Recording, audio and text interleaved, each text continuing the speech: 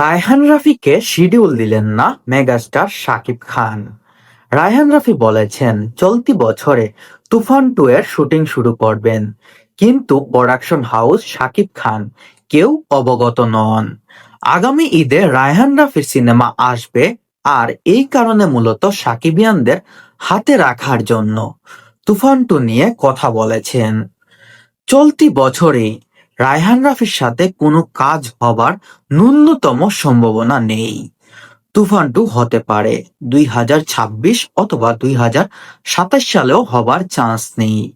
শাকিব খান দুই ঈদের প্রজেক্টে এবং ঈদের বাইরে একটি কাজ করার সম্ভাবনা আছে, যদি পরিস্থিতি ঠিক থাকে।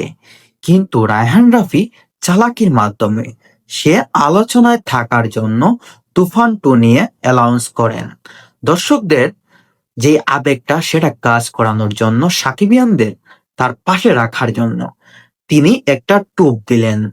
তিনি বললেন আগামী বছরে হয়তো রায়হান রাফির তুফান 2 সিনেমা আসতে পারে, যাতে সাকিবিয়ানদের আকর্ষণটা রায়হান রাফির প্রতি থাকে, দর্শকরা যেন তুফান 2 প্রতি আকর্ষণটা রাখে।